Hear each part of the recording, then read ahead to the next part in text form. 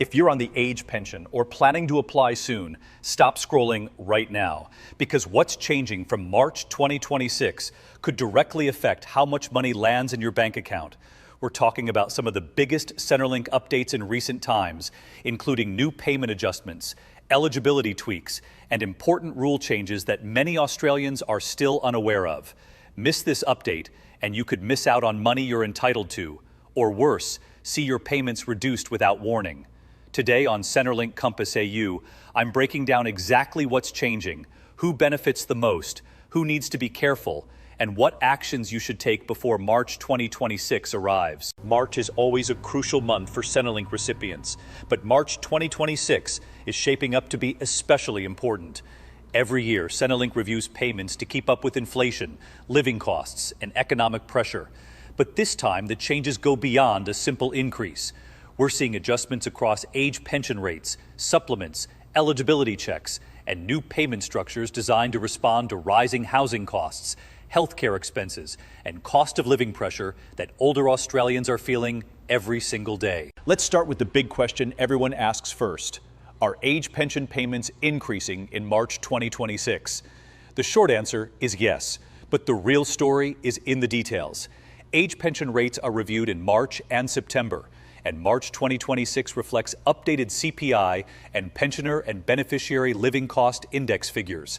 For many pensioners, this means a noticeable increase in their fortnightly payment, especially when combined with supplements. Singles are expected to see a higher base rate, while couples will also benefit from an increase that helps keep pace with essentials like rent, groceries, electricity, and medical costs. But here's where many people get caught out. Not everyone receives the full increase. Your final payment amount still depends on income tests, asset tests, and your living situation.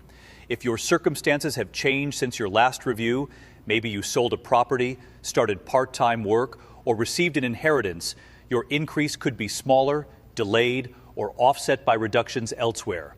That's why March 2026 isn't just about more money, it's about reviews. One major update that's quietly rolling out is tighter automated income matching. Centrelink's systems are becoming more sophisticated, meaning bank interest, employment income, and superannuation withdrawals are being cross-checked more frequently. For age pensioners, this means accuracy is more important than ever. If your reported income doesn't match what Centrelink receives from banks or the ATO, your payment could be paused, adjusted, or flagged for review. Now let's talk about supplements, because this is where many pensioners gain the most. Alongside the base age pension, most recipients also receive the pension supplement and energy supplement. In March 2026, these supplements are being recalculated, and for many Australians, this results in a small but meaningful increase. While it may not sound huge on paper, when added across a full year, these increases can cover rising utility bills or medical expenses. There's also growing attention on rent assistance. With rental prices continuing to rise across Australia, Centrelink has been under pressure to provide stronger support for older Australians who rent privately. From March 2026, rent assistance thresholds and maximum rates are being adjusted. This means if you're an age pensioner paying rent, especially in metropolitan or high-demand areas, you could see a higher rent assistance payment, provided your rent details are up to date with Centrelink. And that's a critical point. Centrelink will not automatically update your rent amount unless you tell them. If your rent has increased and you haven't reported it, you could be missing out on extra assistance every fortnight. March 2026 is the perfect time to double-check your details and make sure Centrelink has the correct information on file. Another important change coming into focus is eligibility monitoring. Age pension eligibility doesn't stop once you're approved. Centrelink regularly reassesses eligibility, and March is one of the main checkpoints. This includes verifying residency requirements, especially for pensioners who travel overseas. If you spend extended periods outside Australia, your payment rate or even eligibility can be affected. With improved data sharing between government departments, overseas travel is now more closely monitored than ever before. Healthcare costs are another major pressure point, and March 2026 brings some relief here too. While not always labeled as a Centrelink payment, many age pensioners benefit from flow-on effects tied to concession cards. Updates to thresholds help ensure pensioners retain access to cheaper medicines, bulk billing incentives, and reduced utility costs. Losing or retaining these concessions can make a massive difference to weekly expenses, which is why staying compliant with Centrelink rules is so important. Now let's talk about new payments and adjustments that many people overlook. In response to ongoing cost of living stress, targeted support measures are being expanded. These are not always advertised loudly, but they exist. One-off top-ups, temporary supplements, and state-based concessions linked to Centrelink status are becoming more common. While not every pensioner qualifies automatically, being on the age pension often unlocks eligibility at state and local levels. For those approaching age pension age, March 2026 is also a key time. Transitional arrangements, income thresholds, and asset limits continue to evolve.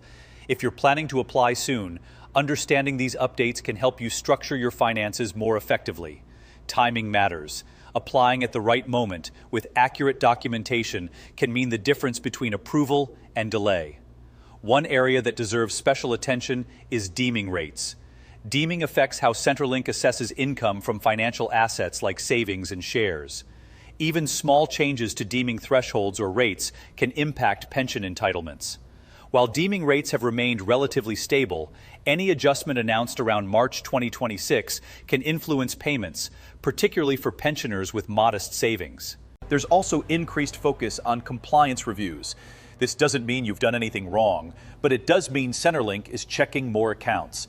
Letters asking for clarification, online tasks in your myGov account, or requests for updated documents are becoming more common. Ignoring these requests can lead to payment suspensions, so staying engaged is crucial. Technology plays a big role in these changes too. Centrelink is encouraging more pensioners to manage their details online.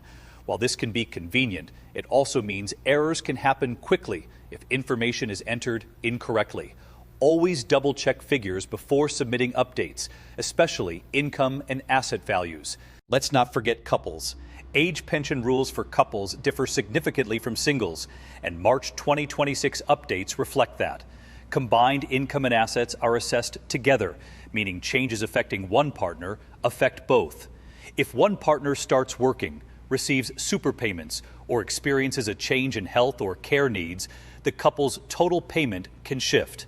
For carers and pensioners receiving multiple supports, coordination between payments is also under review. Centrelink aims to reduce overlaps while ensuring people receive what they're entitled to.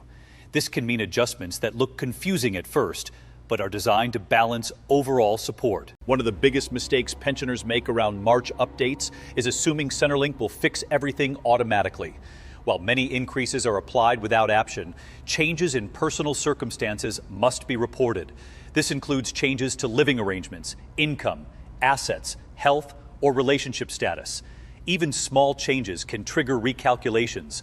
If you're worried about how these changes affect you, the best step is preparation.